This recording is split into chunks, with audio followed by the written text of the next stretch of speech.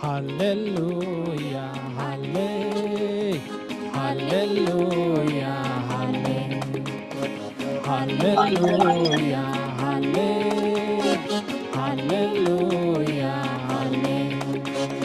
hallelujah, hallelujah,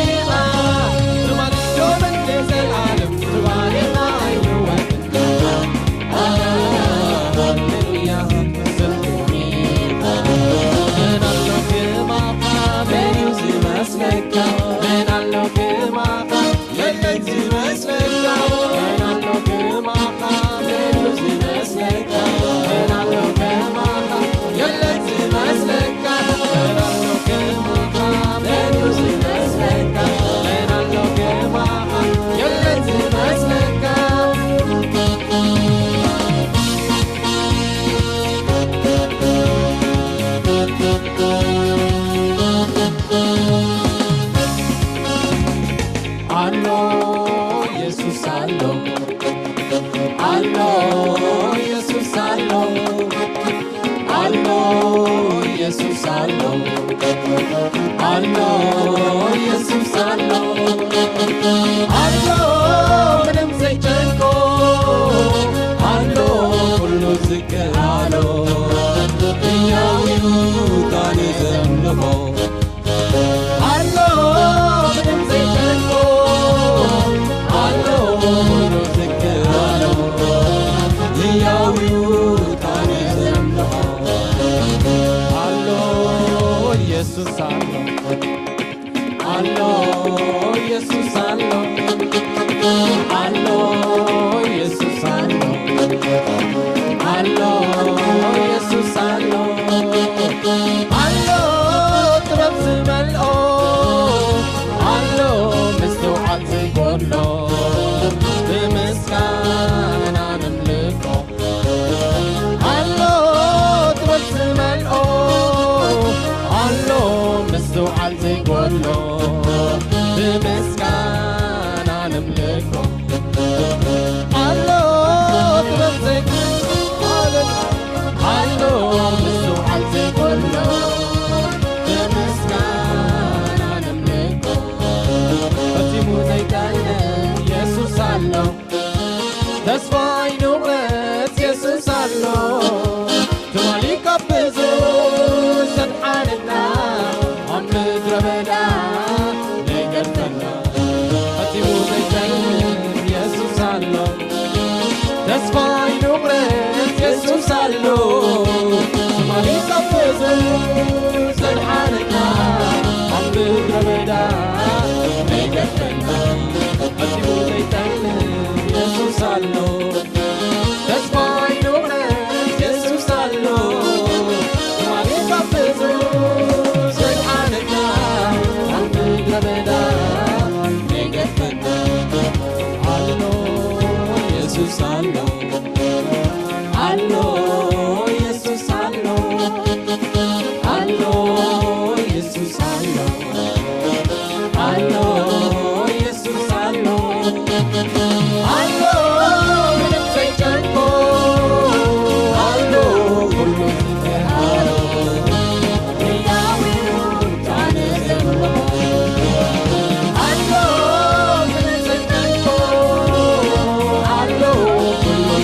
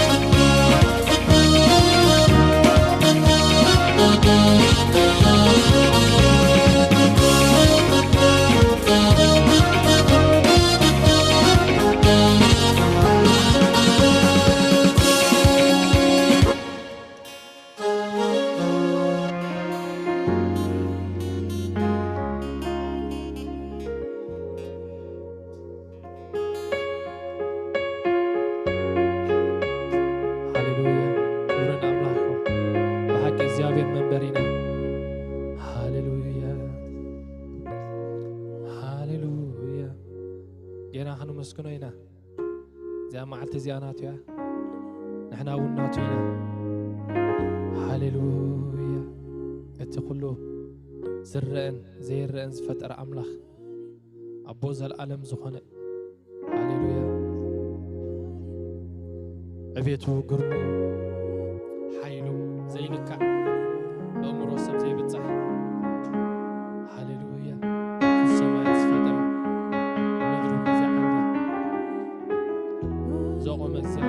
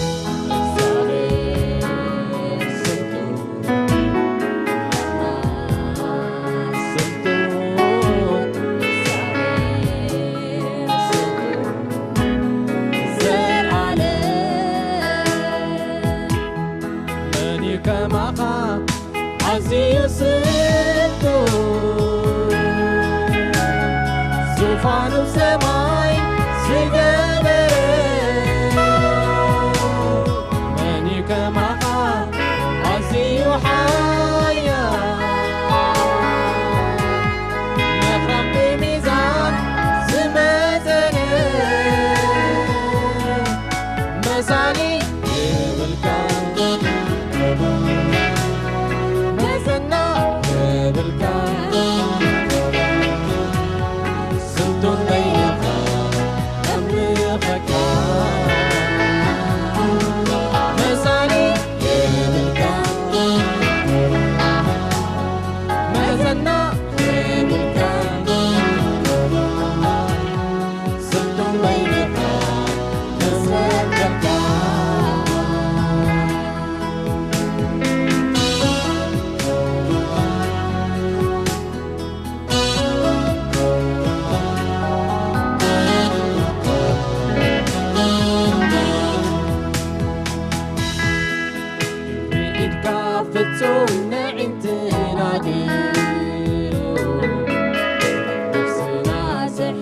ናይ ቀላያት ዕምቆት ናይ ኣኽራን ብራቕ ትጽባሕ ርኢኻ ዘይምኖ ጽባቕ ስብሓት ናይ ባሕሪ ዝኹሉ ማያቱ ተቐዲሑ ዘይወዳእ ዘይነጽፍ ምልኣቱ ክንደልካ ኸልክዕ ምስትውዓል ጥበብካ ኣእምሮ ሰብ ዘይበጽሖ መስተንክር ክለትካ መሳሊ የብልካን መዘና የብልካን ስልጡን በይንኻ መምልኸካ መሳሊ የብልካን መዘና የብልካን ስልጡን በይንኻ መስደልካ ርኢካ ፍጹም ንዒንትናግር ነፍስና ዘሕድር ናይ ቀላያት ዕምቆት ናይ ኣኽራን ብራቕ ትጽባሕ ርኢኻ ዘይምኖ ጽባቕ ስብሓት ናይ ባሕሪ ብኹሉ ማያቱ ተቐዲሑ ዘይውዳእ ዘይነጽፍ ምልኣቱ ክንደልካ ኽንክር ምስትውዓል ጥበብካ ኣእምሮ ሰብ ዘይበጽሖ መስተንክር ክለትካ መሳሊ የብልካን መዘና የብልካን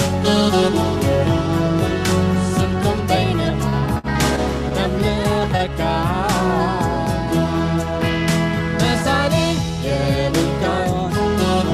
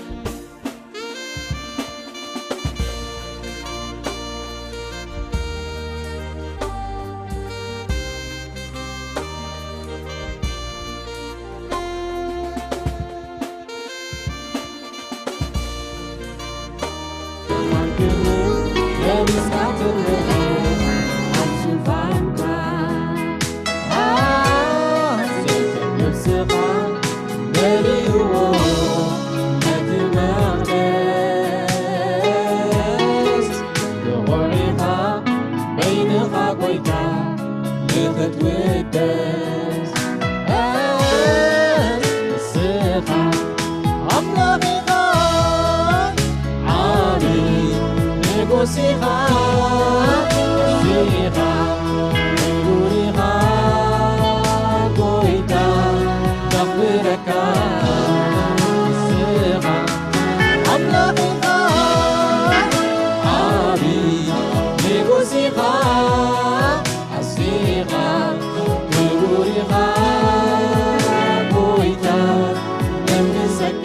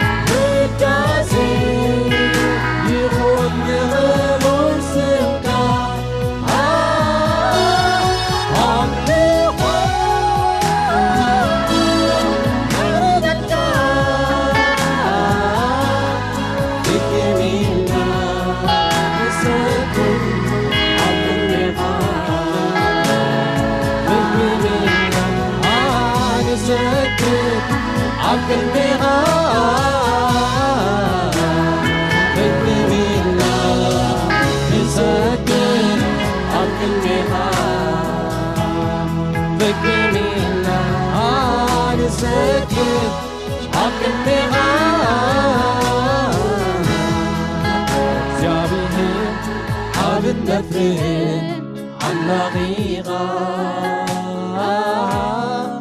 كرمان كبرين لابس كاتر رئان عالزوفانكا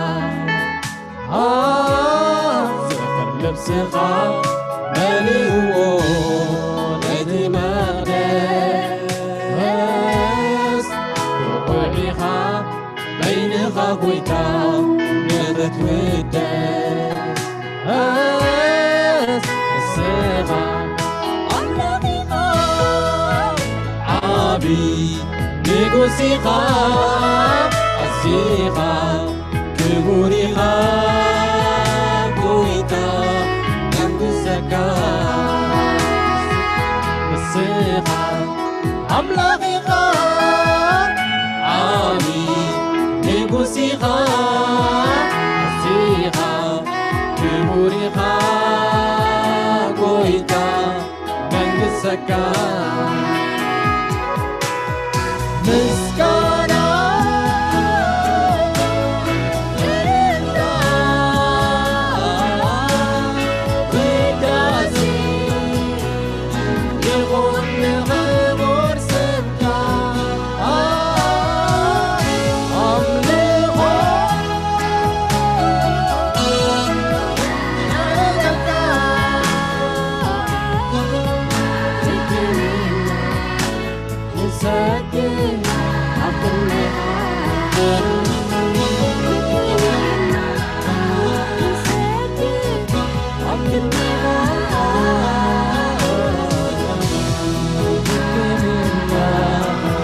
ساكت عالكلمة فكر الله ساكت عالكلمة فكر الله ساكت عالكلمة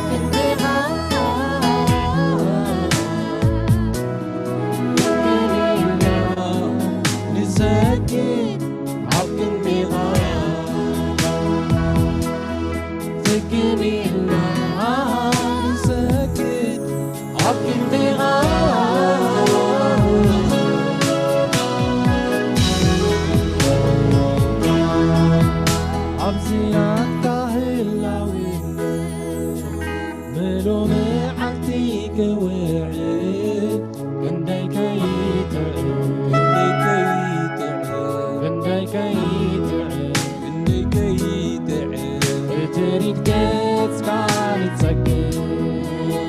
عبدنا عطايل لوين منو ما عندك وين كندي كيتا كندي كيتا كندي كيتا كندي كيتا بتريد كتسكال تسكر عبدنا عطايل لوين منو ما عندك وين كندي كيتا كندي كيتا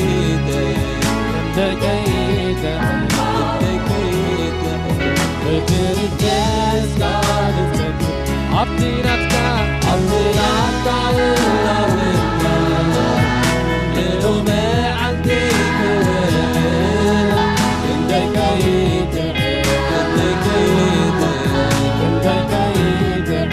كندي كيتا بتريد كتسكال تسكر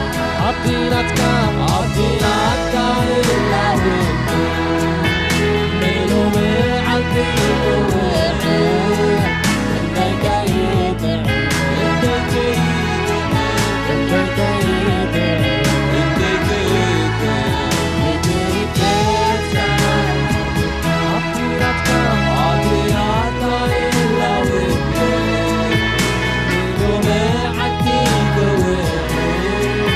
كندي كيتا كندي كيتا كندي كيتا كندي كيتا بتريد كتسكال عطينا عطايل لوين منو ما عندك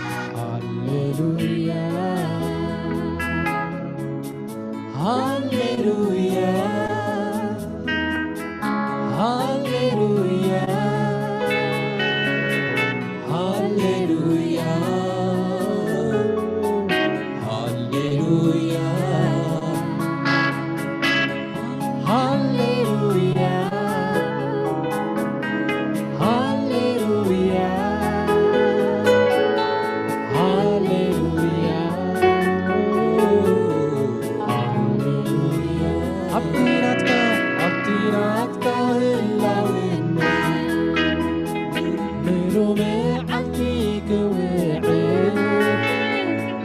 كندي كيتا كندي كيتا كندي كيتا بتريد كتسكال تسكر عطينا عطايل لوين منو ما عندك وين كندي كيتا كندي كيتا بتريد كتسكال تسكر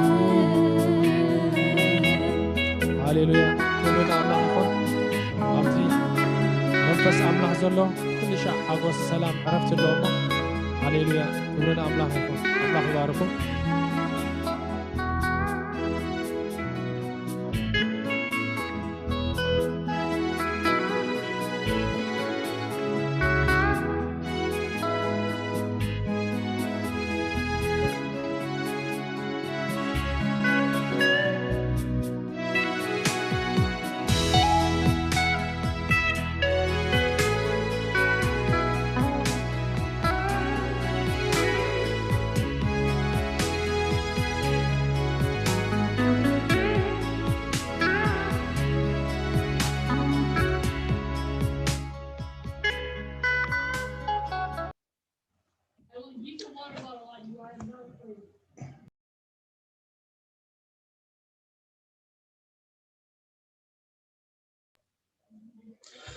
سلام قدسان እግዚአብሔር ይባርክ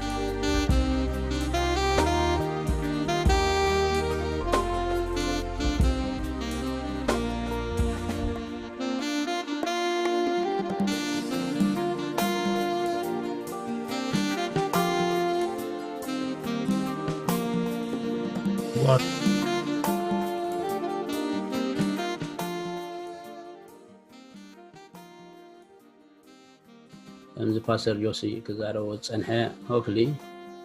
أبز زمت زرلو سامر قال لوتي يهلي يخوني لنا نحاسب قال نراقب له عدلي فترة لنا يخون إግዚአብሔር كبرنا أملاك يخون اسكي بتي إግዚአብሔር يبونا دلو خالق دقون بو بمتقام من الباش لو معلتي قال لكم أبغاكم قفيلكم لعل مالت أب تلفزيونكم قال لهم دماني كوفيلكم كم زين ناتي أب كمبيوتركم قال لهم كأب موبايلكم تريو زلهم ويدما تكتاتلو زلهم قال دما بكالي مرة بوزحن كوينكم تكتاتلو نزم دبنا እግዚአብሔር መስገን ተዓጊስኩም ጸኒልኩም ነታደላትና ጊዜ ናይ ቃል አምላክ ጊዜ ከተከታተሉኒ በምህረት አምላክ አድማኩም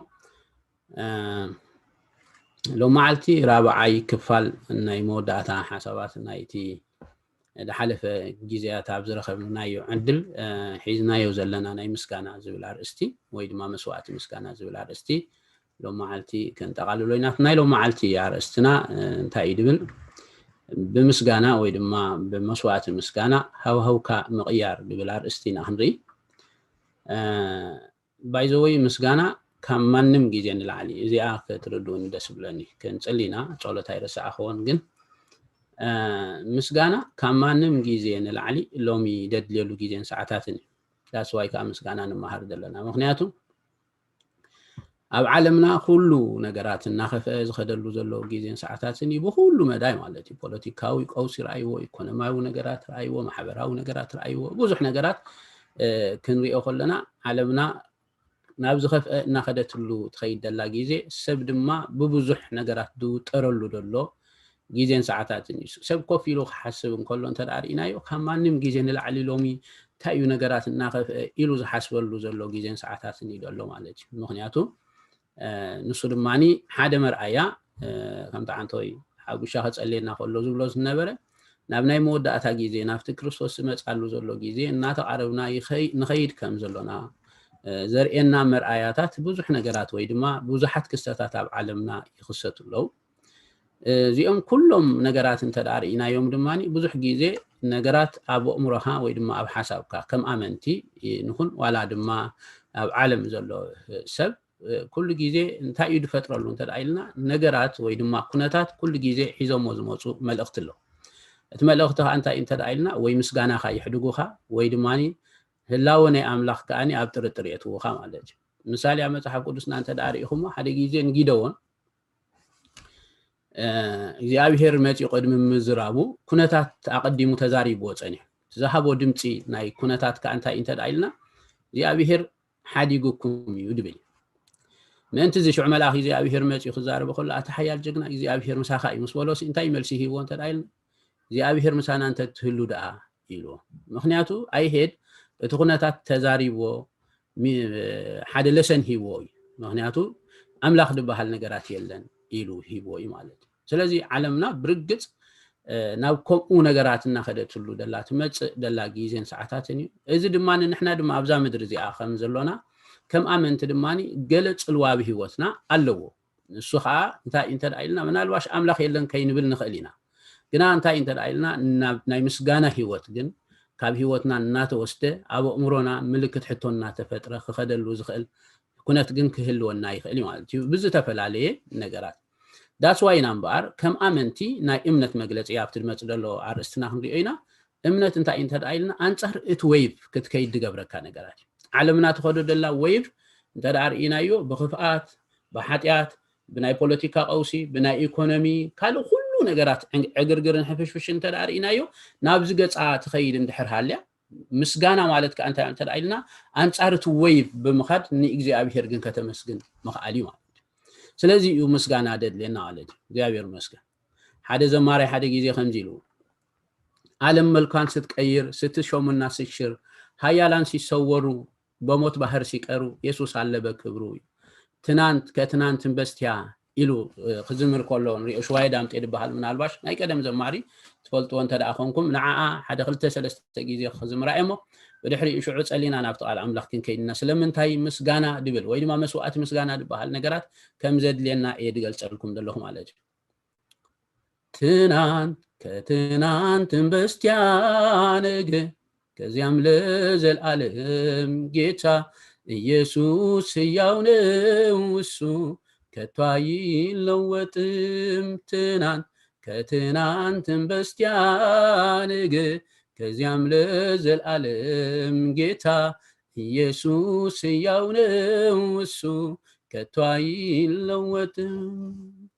ሃያላን ሲሰወሩ ዓለም መልኳን ስትቀይር ስትሾምና ስትሽር ሃያላን ሲሰወሩ ከሞት ባህር ሲቀሩ ኢየሱስ አለ በክብሩ ትናንት ከትናንትን በስቲያ ነገ ከዚያም ለዘለዓለም ጌታ ኢየሱስ ሕያው ነው እሱ ከቶ አይለወጥም ዓለም መልኳን ስትቀይር ስትሾምና ስትሽር ሃያላን ሲሰወሩ በሞት ባህር ሲቀሩ ኢየሱስ አለ በክብሩ ትናንት ከትናንትን በስቲያ ነገ ከዚያም ለዘለዓለም ጌታ ኢየሱስ ሕያው ነው እሱ ከቶ አይለወጥም እግዚአብሔር ይመስገን እቲ ካብ ንእስነትና ኣትሒዝና ዝፈለጥናዮ ኣምላኽ ናይ ዘለዓለም ኣምላኽ ነገራት ክልወጥ እንከሎ ብዙሕ ኩነታት ኣብዛ ምድሪ እዚኣ ክኽሰት ከሎ ክስተታት ካብ ግዜ ናብ ግዜ እናተለዋወጡ እናተቀያየሩ ክኸዱ እንከለዉ እቲ ካብ ግዜ ንእስነትና ኣትሒዝና ዝፈለጥናዮ ጎይታ ግና ንሱ ኣይቀየርን ፈፂሙ ንሱ ኣይልወጥን ስለዚ እግዚአብሔር ይመስገን ምስጋናና ብፍላይ ከኣትና ኣምላኽ ዘሎና ክብሪ ምስ ግዜን ምስ ኩነታትን ክብ ለጠቕ ዝብለሉ ዘይኮነሲ ንኣምላኽ ኩሉ ግዜ ከነመስግኖ ይግባአና እዩ እግዚአብሔር ይመስገን ስለዚ ሎም መዓልቲ እዚ ሓሳባት እዚ ክንርኢና እግዚአብሔር ክረድኣና ንእሽተይ ጸሎት ክንጽልይና ብሩኽ ናይ ዘለዓለም እግዚአብሔር ኣቦ ተመስገን ነመስግነካ ኣለና ምሳና ስለ ዘለኻ بذا ساعات زي أبي شم يسوع كريستوس قالك حسابك مخرخا زي أبي هرابو أما أخلنا خطفسس كنملالس ولو زغبانا ነገራት ከአ ከተርእየና ጽልያለሁ زي أبي هرابو بذا ساعات سمعوا سبات بشم يسوع كريستوس إذا مرد أزم منفس كأبي وتم كردوا من كسوات أمن زي أبي هرابو بذا ساعات زي أصليالله كل سلات جبر زي مسكنك كبر دم هبك له بقويتانان بمدحنينان بيسوع كريستوس ميلكا آمين كبرنا أملاك يهون انبار بمسجانا هوكا مقيار دبل حساباتنا هنري من الواش نابكونتاتنا متسئلنا هنري كلنا كابولكنا تحزنا مالتيو زلنا يوخنتات زلنا يوني عالم كستت كاب جيزي ناب جيزي مقيارات در يودلو كم هاجرن كم حزب نون زلونا كبدتات كله نريو لنا نحجونا ميدل ايست زفصم زلو ነገራት نريو لنا عالم بطعمي اب قوسي زلاتلو جيزين ساعات ግን እዚ ነገራት እዚ ዋላ ከምኡን ተኾነ ኣብ ልብኻ ክብደት ድፈጥሮ ሕጅቲ ክብደት ምፍጣር ዝበሃል ነገራት ከም ትደሓለፈ ግዜ ንዛረቦስ ነበርና ካብ ውልቃዊ ህይወትካ ካብ ገዛኻ ካብ ናብራኻ ዘለካ ሕቶታት ኣትሒዙ ዝጅምር ነገራት እዩ ማለት እዩ ዳሕራይ ሽዑ ስጋዕቲ ግሎባል ንሪኦ ዘለና ወይ ድማ ዓለም ለኻዊ ዝፍጸም ደሎ ፍጻሜታት ወይ ድማ ክስተታት ብሙሉኡ እንተርእይናዮ ብዙሕ ግዜ እዚ ነገራት እዚ እንታይ ዝገብረካ እንተርእይልና ምስጋና ካብ ልብኻ ከም ዝጠፍእ نأملاك كي تمسجنو زجبرك كنجارات ويدما واي دبل نجارات ويدما سقطت زفترة الكنجارات إنها تفترة يزخيد كأون العلون مغنيات مصحف قدس اتي زتزرب قلك في التسمسل زلوا حجون عالمنا من الواش كم صحف ما تانك في التسمسل زلوا نبدو خف درجة خد كي تخيلها جن أبز جيزي حدا كنجبرو زجبنا كل جزء دمان هوتنا خن المداز جبأنا نجارات جن أنت رأينا كنتات كم زلوا نحلو خلو نأملاك جن كنا مسجنو يجبأنا هونا بمسجانا خن كيرو يجبأنا ويدما اتدلو كنتات بمسجانا خن حلفو يجبأنا إتي حسب نايت مرتنا والتي رح جزء نزح حسابات زينة أن جلسنا نقيد لنا والتي سلزي مجمرتنا بز حسابات قدم مئتاونا أبجل حسابات سنورو نايت مرتنا دمان نجلس قوم زخدكو لو معلتي بمتقالل حسابات نفتي نايلو معلت عرست متان كأتونا متان كان مسجن أقدمنا خنفلتهم زجبأنا نتبتات كزاربي زوم نجارات اليوم أزيوم ما قدستيوم مسجانا زبا هل نجارات عدة church أنا على حدا جزء نايب حكي نقولكم معلش قبل بيد سمعني كم زي حجي قال أملاك سلزة حسكو تعرس تقع حيزي سلزلخو نتي دي حيزي يدلخو عرست دمامتان كراغو دلي دزاربو دلخو نجارات ديكونه مزمور أملخو ويدما مسجانا زبحال نجارات نعي على حدا جيزي بفلاي كم زنايلو معلتز أنا حط طعم زخنني أملخو منفس كستايك جبرك أخلو تاج كجبرك أخلو بو غير كان نوح ساعات كتكيد بدعم يدس بلان مغنياتو أبي وقت زفتر منفساو نجارات هذا إذا أجزاء أبيهر زجبرو نجاراتي مالتي ده نأملخ زنك أساقسو نأملخ سرح زجبرو نجاراتي مسجانا مالتي سلازي مزمور مسجانا ويدما مسوات مسجانا مالت أبت كريستيان سويل كاز جبر ترف حساب كم زي كون خرد عنا خلالو كند نجاراتنا مخانو خرد عنا خلالو مالت كاو جل حساباتكم فلتم زجبونا نجارات نجاركم مو بدحري يشعو نافتي ناي مودعتا حساباتي انتي مخانو نايلو معلت ملختنا كن كيدينا على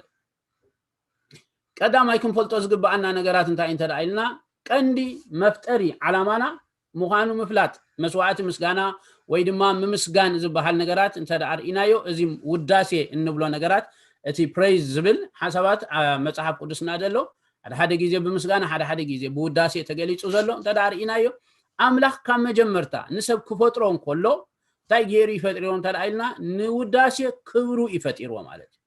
نوداسي خبرو يفطير وخ نبل كلنا انتي مالتنا انت رايلنا حدا غيزي حاسب كلهم املاح مالت زي انا غرات زي تردوني بتي ناي تفطرونا مننت بت دروت دخونه ابدغ وصيلنا دروتنت سلازلونا مالت عيننا خريو زخل ادماس فطرتنا اغزيابير وحدي جن ندحر استبهلنا مالتي ويدما كونه إلنا استبهلنا بفلاي كفطرت انت ندن كوينا نتي እግዚአብሔር ዝገበሮ ነገራት ፍጥረት ከም ደለዎ ቆይሙ ዘሎ ዘይንቀሳቀስ كل ጊዜ ከአኒ ድዛረብ እንታይ ድዛረብ እንተ ዳይልና ናይ እግዚአብሔር ክብሪ ናይ እግዚአብሔር ዕቤት ድዛረብ ከነስተብህለሉ ኮለና በዚ ድሩት تفترو ناي عينتنا كنريو ان خل نغرات بمرأينا طرح كمان سنتاينا نخون تدايلنا نقرمينا جن املاخ عدل انت تهبنا مو كينيو دروتنت ناي عينتنا اتي ادماس بحال نغرات عالم بمولو እግዚአብሔር ዝገበሮ كنرئي انت نخلسي انتاي مخنا نيرنا ማለት هلواتنا تقلالا مطفانا نيرنا ناي املاخ عبيت ناي املاخ كبري ناي املاخ كلت بفلايكا اذن احنا املاخنا إلنا النسعبو ناي مصحف قدسنا املاخ ابراهام املاخ اسحاق املاخ يعقوب اتناي بحري املاخ اذا املاخ زنتا انت دايلنا سماين مدرن زفتر املاخ سماين مدرن طرح كادي كونه خاني زرئن زيرئن زفتر نحنا فصيمنا خنبصحو زي كالنا ادماس اكو نسو انتاي غيرو انت دايلنا نسو يفطيرو مالتي نسو يغيرو إذا فترة إذا مصحف قدسنا انت دارينايو انت يزغبر انت دايلنا كبري نا እግዚአብሔር عبيتنا እግዚአብሔር كእلتنا እግዚአብሔር انت يزغبر انت دايلنا ززنتو مزمور داويت معرف 19 نربون خلينا زربا يلبون مزرراب يلبون يلو تقيس ودلو غناخ دمصوم انت يغبر انت دايلنا كسع وسن مدر انت يغبر يلو يسمع يلو ايناي اتي እግዚአብሔር ዝገበሮ ነገራት ማለት ስለዚህ ንውዳሴ خبر ማለት እንታይ ማለት እንተ ዳይልና እምባር ነቲ ንሱ ዝፈጠሮ ነገራት ካብ ጊዜ ናብ ጊዜ ንሐሰብና ንዕኡ እንታይ ክንገብሮ እንተ ዳይልና መታን ከነምልኾ መታን ከነኽብሮ መታን ክንውድሶ እግዚአብሔር ፈጢሩና ማለት ስለዚህ መፍጠር ዓላማ ካንተ ዳ ኮይኑ ንስተፈጠር ካሉ ዓላማ ምንባር ካብ ሓደ እንታይ እንተ ዳይልና እምባር ንኣምላኽ ዘመስግን ህይወት ክህልወካ ኮል نأملاخ تسمسجنلو ناي مسجانا دقة ويد ما ناي مسجانا هواهو كل وكا خلي إذا نقرأت إذا بوزح من قد خنقبرون خلينا بحبرات خنقبرون خلينا بقلنا خنقبرون خلينا عزف فاميل خنقبرون خلينا قال بوجلتات بمفتار خنقبرون خلينا جن ناي مسجانا هي وتبها النقرات جن كن الله ما مركن كلالنا عادي زي حدا سوا خاي كسبق كله كم زيلو استي نتوركون هتچانانقو ሲሉ በልማኖ በክስታይ ጥራሕ ሳምሃው ሐቅነት አለው ማለሲ ሕቶታት አለውና ዓለም ብዙ ሕቶታት አለዋ ንሕና ካብዛ ምድር እዚኣ ስለዘለና ብዙ ሕቶታት አለውና ጸሎት ንጽልዮ ወይ ድማ ንሐቶ ናይ እግዚአብሔር ንሐቶ ሕቶ ብዙ ነገራት አለውና በፍላይ ከማን ከም ትኩል ጊዜ ድዛረቦ ከም ሀገርን ከም ህዝብን ዘይተመለሰ ሕቶ አለውና አምላኽና በይ አቢሉ መርሐናሎ አይንፈልጥኒና ግና ከኩል ጊዜ ንጽልይና مصلاي صبوقيو غنا خا مسغانا خا صازيو اگداسي مغنياتو نسو كله زغل املاح سلازخنا سلازي حدا غيزي نصلوت يلنا بروجرام نسرعنا ابغلنا مالتي ابدمص دلو غله خفتن حسابات كنغركم نناي تمرت يلنا نسرعنا نناي تمرت نناي منباب ناي قال املاح غيزيون بغلنا يلنا نغبرينا ناي مسغانا غيزي خا ويدما ناي مسغانا هيوت كا زسي معريو دسرع مخانا مصحف قدس كنري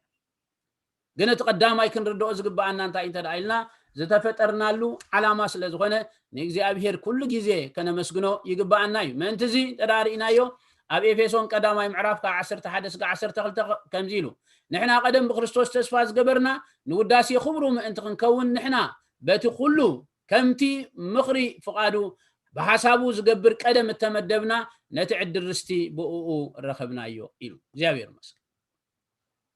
نوداسي خبرو زيابير مسكن استفترنا كالاي كنفلطو زغبانا نغرات كانتا انت دايلنا زتتصوعنالو صوعا مخانو خا مفلات كدلينا استتصوعنالو صوعا دبل حسابات ازي بمقال غيزي ملكع خنغركم بمقال غيزي ملكع صوعا دبل حسابات انت دارينايو ازي اكليشا زبل ወይ ድማኒ በትግርኛና አቅላሲያ ንብሎ ብዙሕ መጽውዕሽም አለና አቅላሲያ ድባል አዴታት ሰሚዑ ማለውሽ አዴ አቅላሲያ ገለመለ ድባላ አክሊሻ ማህበር ማለት እግዚአብሔር ይመስገን እዛ አክሊሻ ወይ ድማኒ እዚ ንሓደ ዓላማ ዝተጸውዕ ማለት እዚ ንሓደ ዓላማ ዝተጸውዕ ዝበሃል ነገራት በመሰረቱ ማዓሲ መጽ እንተ ዳይልና ድሕሪ ውድቀት ዝመጸ ነገራት አምላኽ ንኹሉ ሰብ እዩ በአዳም እንታይ ይግኔርዎ እንተ ዳይልና ንዕኡ ክኸውን ከኽብሮ ኢሉ መዲብዎ ግና ካብ አዳም አትሒዙ ውድቀት ድባሃል ምስመጸ ኣብዛ ምድር እዚኣ ኸ ሰብ እናበዝሐ ምስከደ ብድሕሪኡ ግን አምላኽ ብናይ ወንጌል ጽውዓ ንሰባት እንታይ ገይሩ እንተዳኢልና በሐድሽ ኪዳን ክንሪኦ ከለና ማለት እዩ ኣብ ብሉይ ኪዳን ተዳርኢናዮ በአብርሃም ዘራ አብርሃም ዝኾነ ዓሌት ጥራሕ ንዕኡ ንኽብሪ ውዳሲኡ ዝፀውዖ እስራኤላዊ ዝበሃል ዓሌት አብርሃም ዝኾነ እዩ ምስ ተወልደ ኣብ ሻምነይቲ መዓልቲ ከዓ ምስ ተገዝረ ዓሌት አብርሃም ምስ ኮነ እዚ እንታይ እንተዳኢልና ጽላለታዊ መንገዲ ናይቲ ጽውዕ ናይ ኣምላኽ ህዝቢ ዝበሃል ነይሩ እስራኤል ዝበሃል ማለት ስለዚ እስራኤል እንተዳርኢናዮ ኣብ መጽሓፍ ቅዱስና እግዚአብሔር ስርዓታት ክሰርዓሎም ከሎ ካብኡ ሓደ ስርዓት ናይ ቤት መቅደስ ሰርዓሎም እንታይ እንተዳኢልና ናይ ምስጋና እዩ መዘምራን ክሰርዑ ከም ዘለዎም መዘምራን ሰሪዖም ድማ ንኣምላኽ ከመስግንዎ ከም ዘለዎም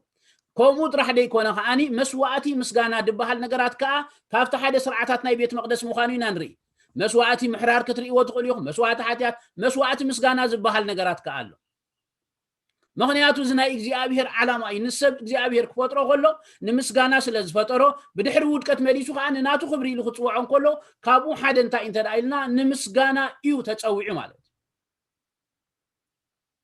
ኣብ ሓድሽ ኪዳን መፂና ክንርኢ ከለና ከዓ ንሕና ኣክሊሻ ማለት እዩ ኣክሊሻ ማለት ንሓደ ነገራት ዝተፀውዐ ህዝቢ እንዲዩ ካብኡ ሓደ ዝተፀዋዕናሉ ዓላማ እንታይ እንተዳኢልና እምበኣር ንኣምላኽ መታን ከነኽብር ምክንያቱ ኣብ ምድሪ ህያዋን እግዚአብሔር ዝፈጠረ ህይወት ዘለዎም ትንፋስ ዘለዎም ካብኡ ሓደ ናይ መፍጠር ዓላማኦም እንታይ እንተዳኢልና ህያው ዘበለ ኩሉ ንእግዚአብሔር መታን እንታይ ክገብሮ እንተዳኢልና መታን ከመስግኖ ማጋላባዶስ ሩፓላባዶና ማጋላባጆ ወ ማጋላባዶስ ምክንያቱ ኣምላኽ ንሰብ ክፈጥሮን ከሎ ካብቲ ናይ ተፈጥሮ መንነቱ ስርዓታት ሒዙ እንታይ እንተዳኢልና ንምስጋና ዝኸውን እንታይ ገይሩሉ እንተዳኢልና ተፈጥሮ ገይሩሉ ምእንቲ እዚ ድማ መጽሓፍ ቅዱስ ክዛረብ ከሎ እንታይ ኢልዎ ደሎ ምስጋና ኣብ ጎረሮኦም እንታይ ገይሩ ይድብለና እንተዳኢልና ኣንቢሩ እግዚአብሔር ምክንያቱ ንኸምኡ ኢሉ ስለ ዝፈጠሮ እዚ ናይ ተፈጥሮ ጸጋ ንብሎ ናይ ቅኒት ናይ መዝሙር ገለ ነገራት ዓለም ከይተረፈት ሕጂ ኣብ ዓለምና እንተዳሪኹም እዛ ነገራት እዚኣ ክነግረኩም እግረ መንገደይ ፕሊስ ኣነ ኣብ ቅድሚ ኣምላኽ ይነግረኩም ዘለኹ መዘምራን ኣብ ሃገርና ናይ ትግርኛ መዝሙርና ሓደ ከይድ ከሎ ካብቲ ሓደ ኣብ ሕጂ ዘመስግኖ ጸሎተይ ተመሊሱ ዝብሎ ናይ ብሓቂ ብብኽያት ፕሮግራም ሒዘ ነዊሕ ዓመታት ይገብር ዝጸለኹሉ መዘምራን ኣብ ምድርና ዘመርቲ ክትስኡ ነዊሕ ግዜ ጸልየ ሕጂ ክሪኦ ከለኹ ኣዝዩ ደስ ይብለን ስለምንታይ መሲልኩም ኣብ ዓለምና ራእዩ ኣብ ዓለምና እቶም ብናይ ተፈጥሮ ጸጋ እግዚአብሔር ክፈጥሮም ከሎ ናይ ተፈጥሮ መንነት ጽቡቕ ዝኾነ ቮካል ቮይስ ወይ ድማ ጽቡቕ ዝኾነ ድምፂ ጽቡቕ ዝኾነ ናይ ኣርት ናይ ጥበብ ክእለት ደለዎም ኣብ ዓለም ንዓለም ብምሉኡ ኮንትሮል ገይሮም ደለው ደረፍቲ ተዳርኢናዮ እንታይ እንተዳኢልና ንኹሉ ነገራት ደንቀሳቀሱ ኣብዛ ምድሪ እዚኣ መን እዮም ተዳኢልና ደረፍቲ እዮም አፖለቲካ ረአይዎ አፖለቲካ ዓለም ድኾነ ሳውራዊ ቃልሲ ክጅመር እንከሎ እቶም ቀንዲ ማዕረ እቶም ከቢድ ብረት ዝትኩሱ ማዕሪኦም ግን ሓይሊ ዘለዎም ንሰባት ንምስላፍን ወይ ድማ ነቲ ፖለቲካዊ ነገራት ንምንቅስቃስን መን እንተዳኢልና ደረፍቲ እዮም ስለምንታይ እንተዳኢልና እቲ ናይ ተፈጥሮ ጸጋ እግዚአብሔር ኣባታቶም ደንበሮ ንኻሊእ ይጥቀምሉ ስለዘሎ ካብ መጀመርታ ግን ኣምላኽ ንምንታይ ይፈጢሮ እንተዳኢልና ንሰብ ንኽብሩ ውዳሴ በኣር ንሕና ግን ካብ ዓለም ምስተፀዋዕና ወይ ድማኒ ናብኡ መሰምፃና ካብኡ ሓደ ዓላማ እንታይ እንተዳኢልና እምበኣር ከም ዘለዎ ነገራት እናሃለዎ ከሎ ንኣምላኽ ግን እንታይ ክንገብሮ እንተዳኢልና ከነመስግኖ ክንውድሶ ንሱ ዝገበሮ ነገራት እናዘከርና ንሱ ዝገበሮ ነገራት እናርኣና ንሱ ዝፈጠሮ ነገራት እናርኣና ዕብየቱን እናርኣና ንኣምላኽ ከነመስግኖ ኣይኖ ሕጂ ክዛረብ እንከለኹ ከምቲ ኣብ ገለገለ ግዜ ትዛረቦ ኣብ ኩነታትና ኣብ ቤትና ኣብ ነገራትና ንምስጋና ዘይምችእ ኩነታት ክህልወና ይኽእል እዩ የስ ኣሎ ምክንያቱ ኣብዛ ምድሪ እዚኣ ስለ ዘሎና ከምኡ እናሃለዎ ከሎ ግን ፃውዒትና እንተደኣ ፈሊጥና ነቲ ዝተፀዋዕናሉ ዓላማ እንተደኣ ፈሊጥና ግን ንኣምላኽ ከነመስግኖ ይግባአና እዩ ምእንቲ እዚ መፅሓፍ ቅዱስ ክዛረበና ከሎ ከምዚ ኢሉ ኣሎ ኣብ ቆሎሴስ 3 ምዕራፍ 15 ተዳሪኢኹሞ ከምዚ ኢሉ ሰላም ክርስቶስ ከዓ ኣብ ልብኹም ይግዛእ ነዚ ኢሉ ብሓደ ስጋ ተፀዊዕኹም ኢኹም እሞ እንታይ ኩኑ መማስውቲ ኩኑ ወይ ድማ መመስገንቲ ኩኑ ማለት እግዚአብሔር መስገን ንኣምላኽ ከነመስግኖ ኢና እንታይ ጌርና ተፀዊዕና ሳልሳይ ሓሳባት ክነግረኩም ክንፈልጦ ዝግባአን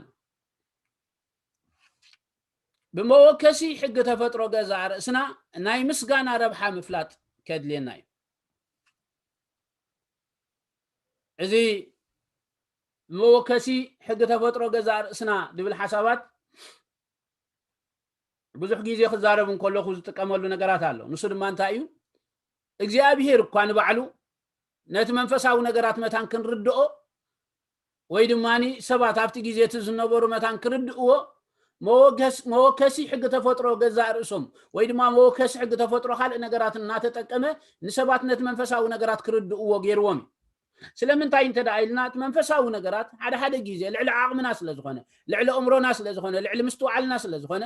በእምሮና ከይንርድኦ ስለንኽእል ነዚ ነገራት ዝግን ብርድዳኣና መንገዲ ገይሩ ነቲ መንፈሳዊ ዓለም ወይ ድማ ነቲ መንፈሳዊ ኩነት ወይ ድማ ነቲ መንፈሳዊ ነገራት ንመረዳእታ ሕጊ ተፈጥሮ ተጠቂሙሎ ማለት ካብቲ ሓደ ንምስጋና ዝበሃል ማዕረኽ እንደ ኣገዳሲ ምዃኑና ኣምላኽ ክንፈልጠሉ ንኽእል ሕጊ ተፈጥሮ ገዛ ርእስና ሕጊ ተፈጥሮ ገዛ ርእስና ማለት እንታይ ማለት ተዳኢልና ምስጋና ዝበሃል ነገራት ንዓና ኣዝዩ ኣገዳሲ ብዙሕ ግዜ ጠቂሰ ኣለኹ ሓደ ሰብ ጽቡቕ ነገራት እንድሕር ገይሩ ከተመስግኖ ከለኻ ኣብ ውሽጡ ዝፍጠር ባህታ ኣሎ ኢለ ኣለኹ እዚ ነገራት እዚ እንታይ ይደረድኣና እንተዳኢልና ናትና ኣይኮነን እኮ ንሕና ናትና ኣይኮንናን ባዕሉ ገበረና ኢሉ መጽሓፍ ቅዱስ ክዛረብ ከሎ ባዕላትና ኣይኮንናን ኢሉ ባዕሉ እንድሕር ገይሩና ክገብረና ከሎ ወይ ድማ ክፈጥረና ከሎ ግን ከመይ ገይሩ ይፈጢሩና እንተዳኢልና ከም መልክዑን ከም ምስሉን ገይሩ ይፈጢሩና ስለዚ ናይ ኣምላኽ መልክዕን ናይ ኣምላኽ ምስልን ኣባና ንሪኦ ኢና ማለት እቲ ናይ ኣምላኽ መልክዕን ናይ ኣምላኽ ምስልን ኣባና ክንሪኦ ከለና ግን ንሕናን እግዚኣብሔርን ብክልተ ነገራት ኢና ንፈላለይ ኣብቲ ሓደ ግኡዛዊ መንነት ስለ ዘይብሉና ኣምላኽ ወይ ድማ መንፈሳዊ ህላወ ጥራሕ ስለ ዘለዎ ኣብዚ ንፈላለይና በጀካ ኢየሱስ ክርስቶስ ማለት እዩ ሳልሳይ ኣካል ስላሴ ኣምላኽ ድበሃል በቲ መለኮትነቱ ግን ፍልልይ ኣሎና ካልኣይ ግን እንታይ እንተዳኢልና ኣብቲ ዓቐን ድበሃል ነገራት ዕብየት ድበሃል ነገራት ከዓ ንሕና ድሩትነት ኣሎና ንሱ ግና እንታይ እንተዳኢልና ድሩትነት ድበሃል ነገራት የብሉን ማለት ኣብዚ ንፈላለይና ግና ኣብቲ ስምዒት ድበሃል ነገራት ግን ልክዕ እቲ ኣብኡ ደሎ ስምዒት እዩ ኣባና እንታይ ገይርዎ እንተዳኢልና ዳውንሎድ ገይሩ ስለዚ ናትና ስለ ዘይኮነ ባዕላትና ስለ ዘይኮንና ሓደ ግዜ ሰባት ከመስጉኑና ከለዉ ብዝገበርናዮ ነገራት እቲ ምስጋና እኳ ንኣምላኽ ክንመልሶ ይግባአናስ ይኹን እምበረይ ግና ኣብ ውሽጥና ዝፍጠር ነገራት ግን ንሕና ክንቆፃፀሮ ኣይንኽእልን ኢና ስለምንታይ ኢና ደይንቆፃፀሮ እንተዳኢልና ባዕላትና ዝገበርናዮ ነገራት ኣይኮነ ናይ ሓጎስ ስምዒት ውፅኢት ናይ ምስጋና ቃል ሰብ ዝዛረበካ ማለት ስለዚ ንኣምላኽ መስዋዕቲ ምስጋና እንታይ ገብሮ እንተዳኢልና ኣዝዩ ዝሕጉሶ بعقن كوالأ رأيو بعقن كوالأ كافتي نحنا أزيو باه زبلنا نلعلي نيجي أبيهر باهي بلوي مغنياتو بعقن أكوا انتاي سلازلنا تدعيلنا فللي سلازلنا سلازي نيجي أبيهر كافتي سلام انتاي نمسكنا تدعيلنا بار كن فلتو زقب عنا نقرات نسو بموكسي حق تفترو قزع رأسنا غيرنا معرخ ندي مسقانا دبها العقد داسو مخانو كن فلت نخلينا مغنياتو متقاللي نايت زحلفه زغلصو زنبركو ነገራት ስለዝኾነ ክስታይ ድገብረልኩም ዘለኹ ራብዓይ ኣገዳስነት ምስጋና ኣብ መጽሓፍ ቅዱስና ምስቶም ኣዝዮም ኣገደስቲ ዝበሃሉ ክህልውና ዘለዎም መንፈሳዊ ባህርያት ተሰሪዑ ከም ዘሎ ምፍላጥ እዚኣ ክነግረኩም ሓደ ግዜ ምስጋና ድበሃል ነገራት ክንሓስብ እንከለና ኣምልኾ ዝበሃል ነገራት ክንሓስብ ከለና ውዳሴ ዝበሃል ክንሓስብ እንከለና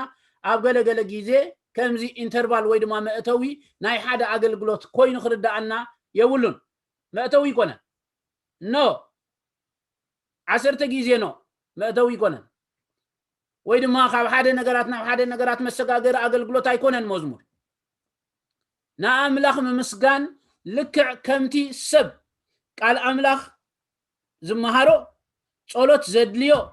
ኣብ ህይወቱ ከኣዚኦም ከዓ ኣገደስቲ ባእታታት ዝኾኑ መጽሓፍ ቅዱስ ከዓ ዝነግረና ምስጋና ከዓ ማዕሪኡ ተሰሪዑ ዘሎ ነገራት እዚ ነገራት እዚ ዝነግረኩም ክልተ ጥቕስ ከምበልኩም እሞ ብድሕሪኡ ሽዑና ኣኹን ከይና ዳት ማች ኣተሓሳስባና እንተ ደኣ ዘይተለዊጡ ዳት ማች ናይ መዝሙር ነገራት ወይ ድማ ናይ ኣምልኾ ነገራት ናይ ምስጋና ነገራት እንተ ደኣ ዘይተረዲእና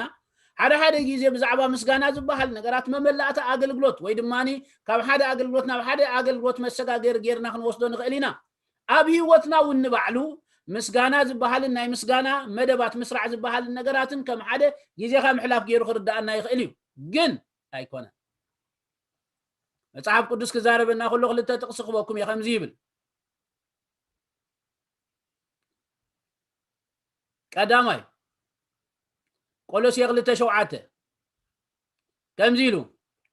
ابو تسريتكم انتهانيتكم بمسغانا مليئهم نتي تمهاركم كمتي تمهاركم وخوينكم بامنه انتي غبريلو صنعوي دري والله مسمنتاي امتي والله تدايلنا مستمرتي ابو تسريتكم صنعكم انتي كا بمسغانا انتي غيركم مليئهم بمسغانا مليئهم كالاي قولوسي 3 10 6 10 7 كم زبل حسابات አሉ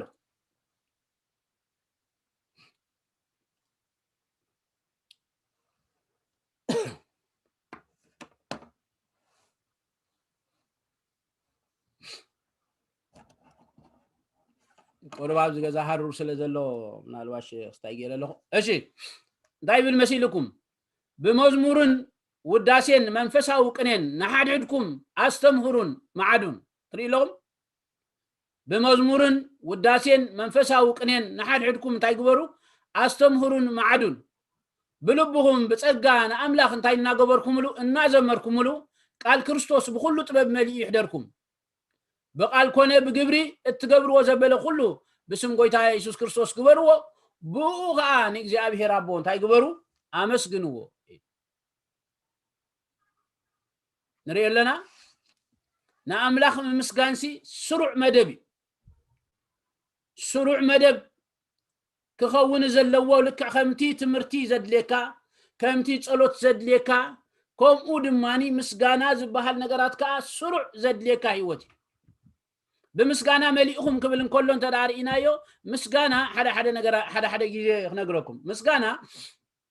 ابناي مسغانا مدب مستسرع طرح نغبرو نغرات ወይ ድማኒ እነምልኮ ነገራት አይኮነ ቃል አምላክሲ አብ ቸርች መስተሰርዐ ቃል አምላክ ክንማሃር ስለዘለና ጥራሕ ዲና ንማሃር ቤተክርስቲያን ከቆሙ ዲያት ምህረና አገልግል ተቆሙ ዲም ድምሩና ኖ በግልኻ ናይ ቃል አምላክ ጊዜ ከልወካ خلالو ቤተክርስቲያን ካነት ናይ ቃል አምላክ ጊዜ ከአኒ ሞር እንታይ ሂባ ጊዜ ሂባ ነዝ ነገራት ዝኻ ሰባት መጽሐፍ ቅዱስ ከምቡ ቃል እግዚአብሔር ክማሃሩ ከም ዘለዎም ትነግሮም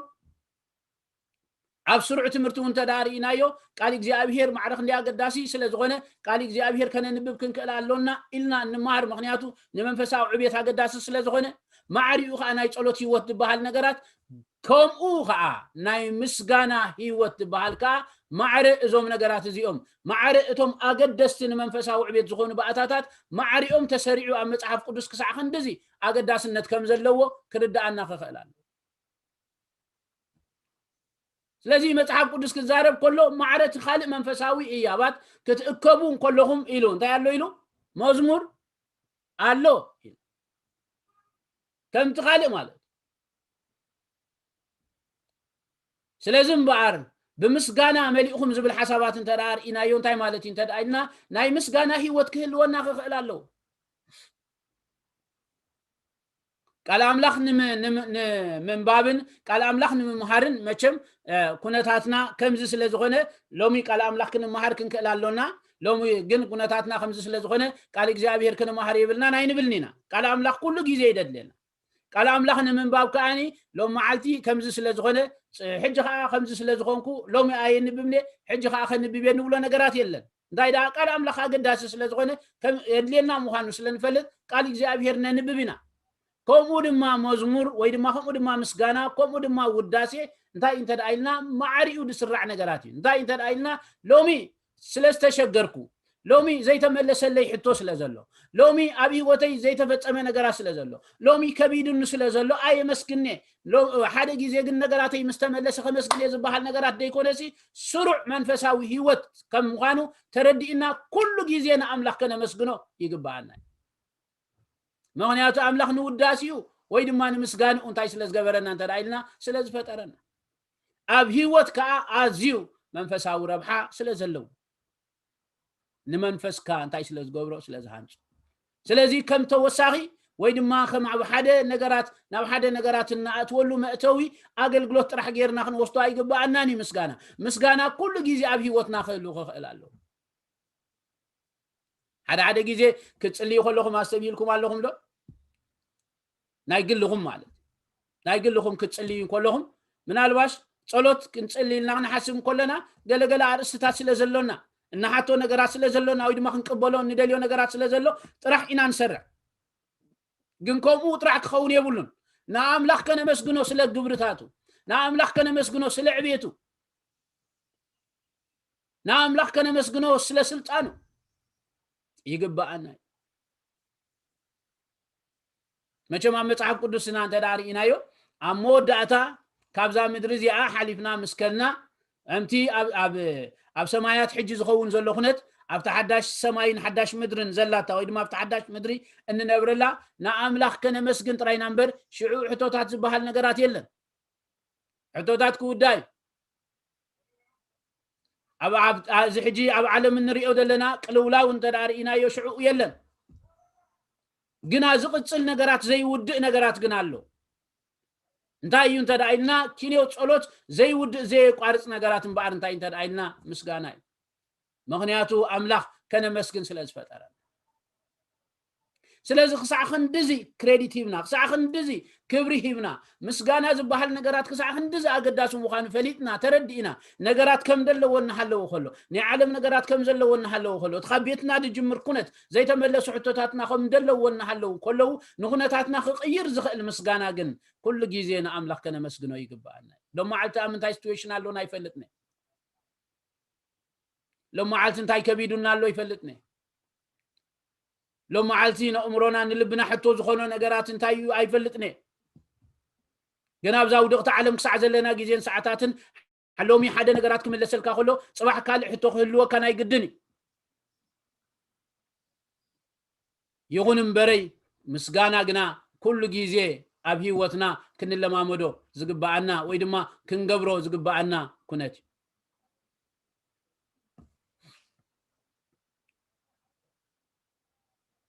ክብርና ኣምላኽ ይኹን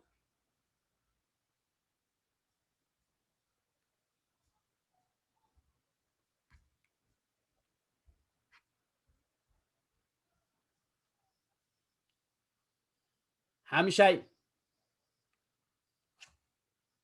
ንኣምላኽ ነኽብረሉ ቀንዲ ባእታ ምዃኑ ምፍላጥ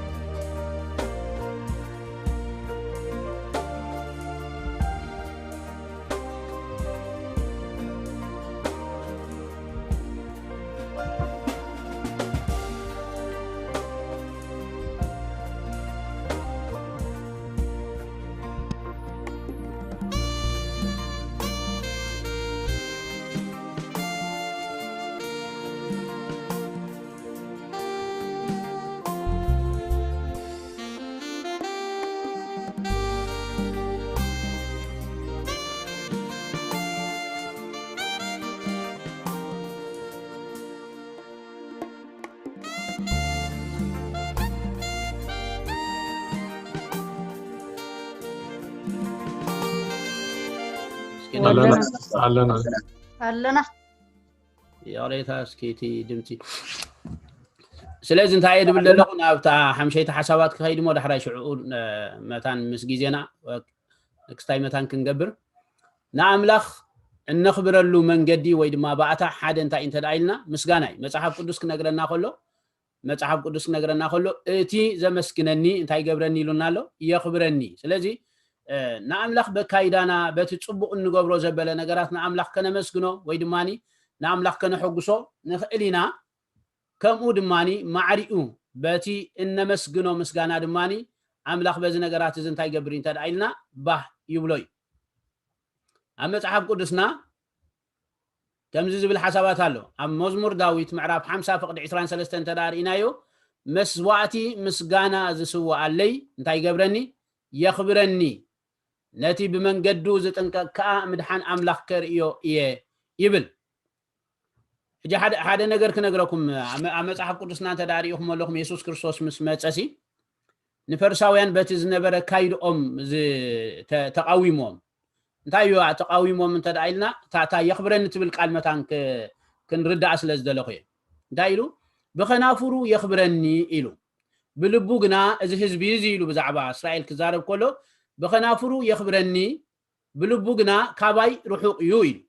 ሕጂ እንታይ ማለት ያ መስላትኩም እዚያ ኢየሱስ ክርስቶስ ዝቃወሞም ዘሎ ነቲ ዝገብርዎ ዝነበሩ ነገራት ሃይማኖታዊ ስርዓት ኮይኑዎም يخبرዎ እዮም በአፎም يخبرዎ ምሽ ሚኒስታይ ማለት ተዳይልና የመስግንዎ ነዚ አምላክ ከሐስቦ ከሎ ከም ዘخبرዎ ገይሩ ይኮንሲደር ዝገብሮ ወይ ድማ ኣብ ግምት ደእትዎ እታ ደይደል ያደሎ ግን እንታይ አንተ ዳይልና ግን ብልቦም ግን ካባታት ካብኡ ርሑቃት ምዃኖም ይማል ስለዚህ እታ ክትዕርቅ ደለው ኣብ ህይወትና እንታይ አንተ ዳይልና بلبنا كويننا هيمانتاو سرعت كويننا دي كونسي املاح كمسجن زغبو مخان فليتنا كنا مسجن كلنا اذا حنتي كم نيجاتيف ويدما كم علوتاو تزاري وادلو نغرات اب هيوتنا هابن سلازي تخون ملؤ مسغانا ويدما ملؤ كبري يخون جن املاح بمسغانانا بخنافرنا جن تاي جبرين تدايلنا كبري يدلي ما انت زي انت يلو دلون تدايلنا بخنافرهم يخبروني بلبوغنا ويدما بلبوم غنا خباي رحوقات يوم يلو تزاري بودلو انت مالتنا انت دايلنا بار ابتا مزمور داوود كالخ زارب كل خارينا يلنا 50 فقد 23 اتي مسواتي مسغانا زقربلي انت يغبرني نسو يخبرني سلازي نعملاخ مچم كنخبرو ندلينا نعملاخ كنحقسو ندلينا نعملاخ كحقسو زيدلي كخبرو زيدلي سب يلن ابينا اد زارب دلو انت دايلنا اب حقنا اد زارب دلو ام موتيف ولا حدث تحاتيتو سي نعملاخ كتخبرو تدليدو تبهيلو تحاتيتو ولا حدث كخبرو ايدلينا زبل سب يلن جن بخمي منقدي انا نخبرو ايو املاخسي كبري ويدما እዚ ሰብ እዚ ሲያخبرن አሎ ኢሉ ኮንሲደር ድገብሮ ከም ዘخبሮ ደሎ ገይሩ ድማኒ ሓሲቡ ክሬዲት ድህቦ እንታይ እንተዳይልና እቲ ሓደ መንገዲ እንታይ እንተዳይልና እምበር ብቃላት ከናፍርና ንኣምላኽ ከነመስግኖ ኮለና ብልብና እንኮላይ ከምኡ ተሰሚዕና ንኣምላኽ ከነመስግኖ ኮለና ንኣምላኽ እንታይ ንገብሮለና እንተዳይልና ነخبሮለና ኣምላኽ ከም ነخبሮ ደለና እንታይ ገብሮ እንተዳይልና ኮንሲደር ይገብሮ ወይ ድማ ኣብ ግምት ይእትዎ ማለት ስለዚህ ድቀለለ መንገዲ ማለት ንኣምላኽ ከነخبሮና ደለና نعملخ كأخ نخبره خا مصحف قدس تزاربنا انت دحالي نعملخ نخبره له نخيل وي دماني زنغرنا منقد انت دايلنا مسغاناي سلازي نعملخ متان كنخبره مسوات مسغانا اب قدمي እግዚአብሔር ከነቀርብ ይግባአና እዩ እግዚአብሔር መስገን ካብቶም ክንፈልጦም ዝግባአና ነገራቴ ድዛረብ ደለኹ نعملخ متان ከነመስግኖ ካብቶም ክንፈልጦም ዝግባአና ነገራቲና ንዛረብ ደለና አለ شادشاي ناي مودات بزعبا زي كنفلطو زغبانا قندي ناي امنتنا مغلصي ويدما مسارح مخانوغا مفلاط يا نغرات ياخ نغركم سلازي مسغانا ددلينا ويدما خنا مسغن ددلينا مسغانا ازبا مغلصي ويدما مسارحي ويدما باتا مغلصنا امنتنا مخانو كنفلط كنكلالنا መጽሐፍ ቅዱስ ከዛረበና ሁሉ እንታይ ይሉ እንተዳይልና እምነት ነቲ ተስፋ ዝግበሮ ነገር ግጽ ምግባር ናይቲ ዘይርአ ነገር ድማ ምርዳ ይሉ ኦኬ ስለዚህ አንጻር እምነትና ዝመጽ እንታይ እንተዳይልና ዘለና ይኹነታት እዩ ማለት ኣብ ናብራኻ ክኸውን ይኽእል እዩ ኣብ ህይወትካ ክኸውን ይኽእል እዩ ኣብ ተፈላለየ ናብራኽ ንብል ኮለና ኣኒ ኣብ ተፈላለየ ጽላታትና ህይወት ከተመስግነሉ ዘይገብረካ ነገራት ማለት ኦኬ ናይ ሓዳርካ ነገራት ክኸውን ይኽእል እዩ ናይ ፋይናንስካ ነገራት ክኸውን ይኽእል እዩ ትደልዮ ነገራት ኣብ ኢድካ ደይኣተው ክኸውን ይኽእል እዩ ደይተሳለጠልካ ነገራት ክኸውን ይኽእል እዩ whatever ነዚ ነገራት እዚ ግን ኦኬ ክስዕረሉ ትኽእል መሳርሒ እንታይ እንተዳኢልና ምስጋናይ መጽሓፍ ቅዱስና እንተዳሪኢናዮ ናይ አብርሃም ህይወት ብዛዕባ እምነት ሓደ ነገር ክነግረኩም አብሮሜ ምዕራፍ 4 ካብ 19 ስጋዕ 20 ደሎ እንተዳሪኢናዮ ከምዚ ዝብል ሓሳባት ኣሎ ኣሳት ወዲ 100 ዓመት ክነሱ ሙማት ስጋኡን ሙማት ማህፀን ሳራ እናራእየ ንምእማን ኣይደኸመን ግና ክራእዩ ንኣምላኽ ክብሪ እናሃበ ንምእማን በርትዕ እምበር ነታ ተስፋ ብዘይ ምእማኑ እንታይ ኣይገበረን ኣይተወላወለን ይብለን ኣብ ቅድሚኡ ደሎ ሕጂ ንሃዋህውካ ምቕያር ማለት እዚ ማለት ኣብ ከባቢኻ ደሎ ነገራት ዓለም ለኻዊ ክኸውን ይኽእል ኦኬ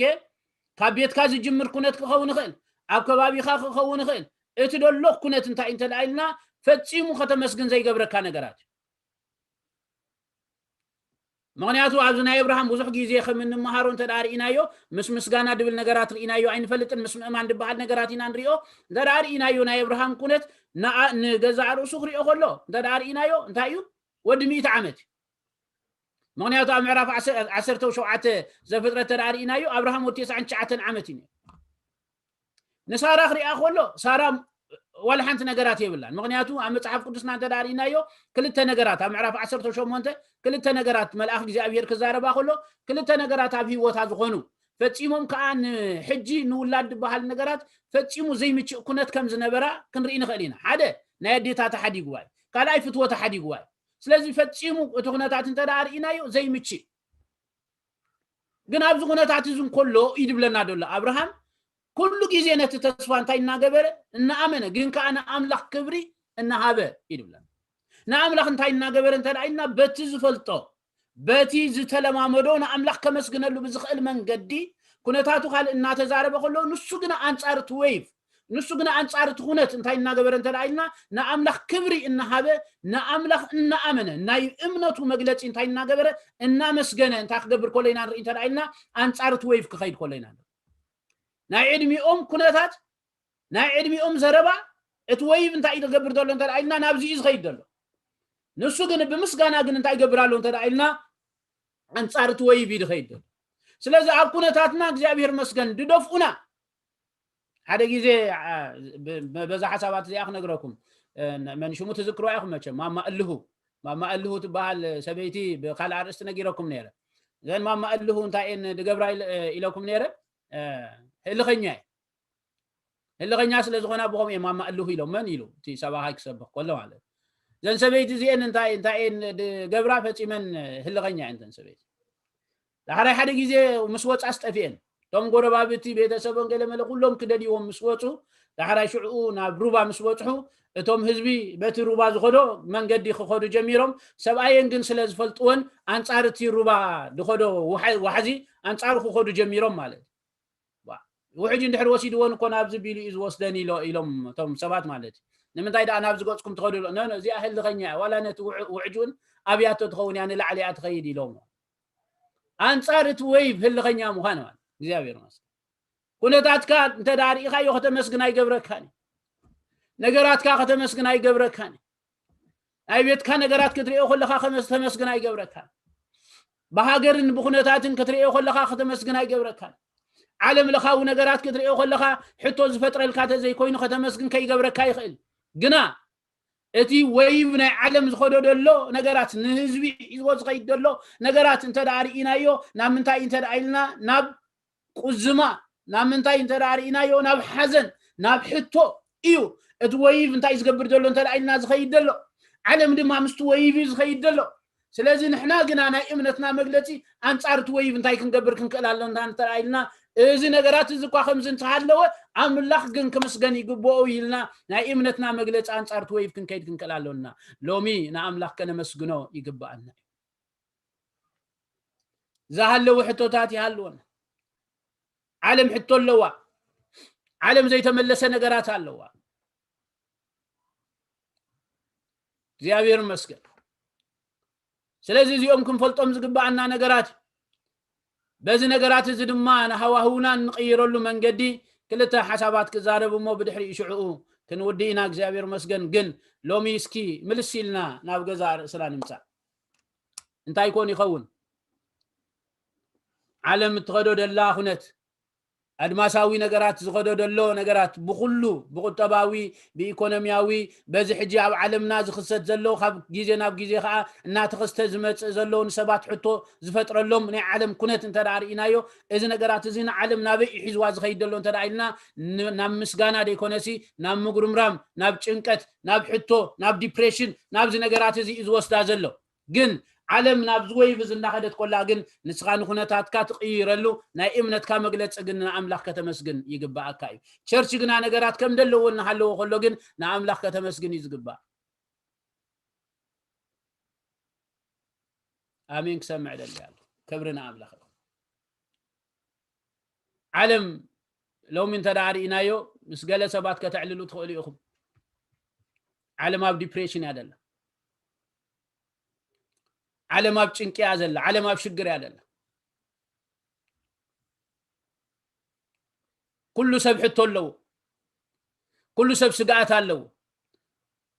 ናይ ጽባህ ስጋት አለው ናይ ጽባህ ሕቶ አለው ናይ ጽባህ ዲፕሬሽን አለው ኣብ ነፍስ ወከፍ ሰብ ቤት ኳኩሑ ዘአተው ኩነት አለው ኣብ ዓለምና نحن ابزاو دقت مدري خم زلونا خاني اذا نغرات زي مس عالم كنكيد نخلينا مس زخيد دلو انتاي دبحال كنغعاز نخلينا مست ويف كنكيد نخلينا ግን እንታይና ንብል ደለና እንተ ዳይልና እዚ ወይፍ ከምዚ ኢሉ ይኸይዳሎ ነገራት ከምኡ ኢሉ ይኸይዳሎ አምላኽ ስለ ዘይልወጥ ነገራት ይለዋወጥ ነገራት ይቀያየር እቲ እነምልኾ አምላኽ እቲ ናይ መጽሐፍ ቅዱስ አምላኽ ሰማይን ምድርን ዝገበረ አምላኽ ንዚ ግና ስለ ዘይልወጥ ግና አምላኽ ኩሉ ጊዜ ከነመስግኖ ይግባአና ናብ ድኸደቶ ትኸይድ ዓለም መጽሐፍ ቅዱስና ሓደ ታሪኽ አሎ ክነግረኩም ንሱ ድማኒ ናይ መጀመርታ ጊዜ ናይ ደቀ መዛሙርቲ መንፈስ ቅዱስ ራእይዎ እንታይ እቲ ናይ አምላኽ ድሌት ኣብ ደቀ መዛሙርቲ መጪ ክገብሮ ከሎ ደቀ መዛሙርቲ ኢየሱስ ክርስቶስ ካብ ሙታት ምስተንሰ ሪእሞ ካባታቶም ድማ ዓሪጉ ክኸይድ ከሎ ሪእሞ ግና ቤት ተዓጭዮም ኣብ ዝነበሩሉ ጊዜን ሰዓታትን ግን ሕቶታት ነይርዎም ደገ ውፁ እንተ ዳኢሎም ስጋት ኣለዎም እዚ ተዛሪብዎም ዝኸደ ነገራት ክኸውን ዲ ኣይከውን ዲ ፍርሃት ኣለዎም መጽሐፍ ቅዱስ ክነግረና ከሎ ፈሪሆም ተዓጭዮም እዮም ነይሩ መዓልታት ናብያ ቢሉ ይኸይድ ኣይፈልጡን እዮም ግና ካብ ዝገርመኩም መንፈስ ቅዱስ ኣብ ግብረ ሐዋርያት ካልኣይ ምዕራፍ መንፈስ ቅዱስ ብድንገት ምስ መጸ እሞ መንፈስ ቅዱስ ከአምስመልኦም ግን እንታይ ኮይኑ እንተ ዳኢልና ብቋንቋታት ክዛረቡ ጀሚሩ ቋንቋታት ምዝራብ ግን ክነግረኩም ቋንቋታት ክዛረቡ ምስ ጀመሩ ኣብ ደገ ዝነበሩ ካብ ዝተፈላለየ ቦታ ዝመጹ አይሁዳውያን ነይሮም ገሊኦም ፕሮስሌት ኮኑ ይኽእሉም ግን ካብ ዝተፈላለየ ፋሕ ዝበለ ቦታ ዝመጹ ኣብቲ ጊዜቲ ነቲ በዓል ዝመጹ ሰባት ግን ነይሮም ነቲ በዓል 50 ግና ክዛረቡ ከለው ግን እንታይ ኢሎሞም ተዳኢልና እዞም ሰባት እዚኦም ከመይ ገይሮም በቲ ንሕና ዝተወለድናሉ ቋንቋ ብዛዕባ እቲ ዓቢ ግብሪ አምላኽ ክዛረቡ ንሰማዕ ኣለና መንፈስ ቅዱስ መጀመርታ ኣብ ህይወቶም መጪ ዝገበረ ነገራት እንተ ዳሪናዮ ብዛዕባ እቲ ዓቢ ግብሪ አምላኽ ከዘንቱ ገይርዎም እግዚአብሔር ኩነታቶም ቀየር ከሎ ስጋታቶም ቀየር ከሎ ኢና ነበር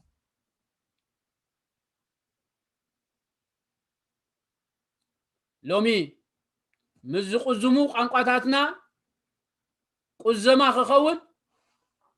حسابات كنهب صبوي ولا حنت تقامات يقولون سبات كعللو خلو فيو كنهب قال صبوي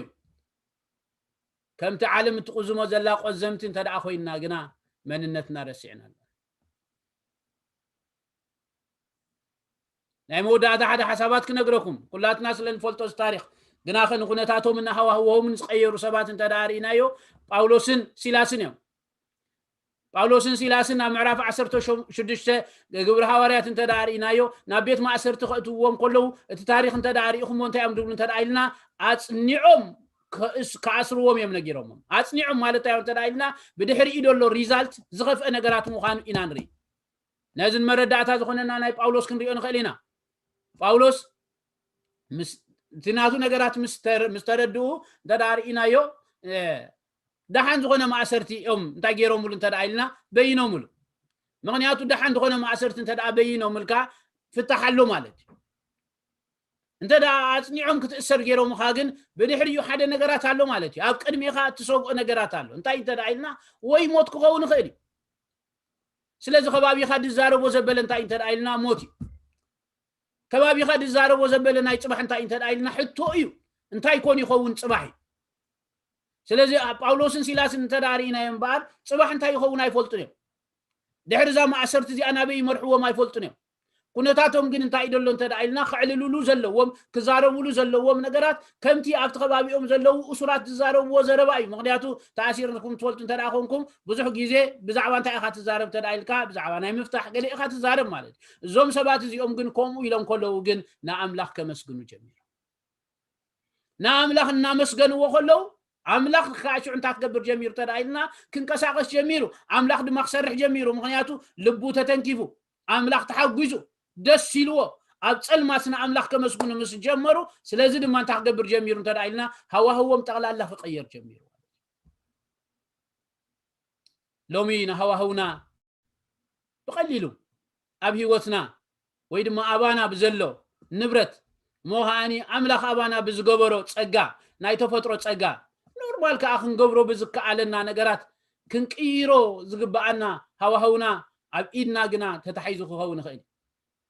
ምክንያቱ ኣብ መጽሓፍ ቅዱስና ተዳሪናዮ እዛ እግዚአብሔር ኣባና እምቢርዋ ደሎ መልሓስ ብዙሕ ነገራት ክትገብር ትኽእል ሞትን ህይወትን ክትገብር ትኽእል ምዃና መጽሓፍ ቅዱስ ነጊሩና ኣሎ ኣብ ስልጣን መልሓስ እንታይ ያለው ተዳይልና ሞትን ህይወትን ኣሎ ቀላል ነገራት ኣምላኽ ዝሃበና ኾይ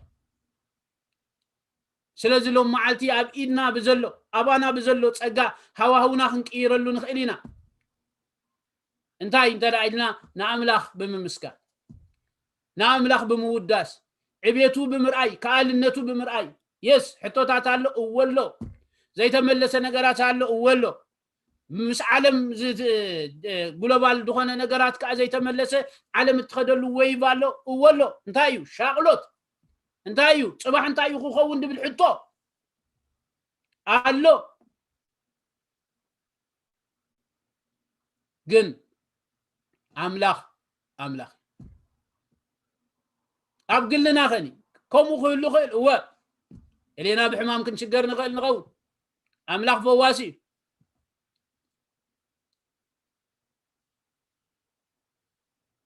ገሌና ብገለ ሕፅረት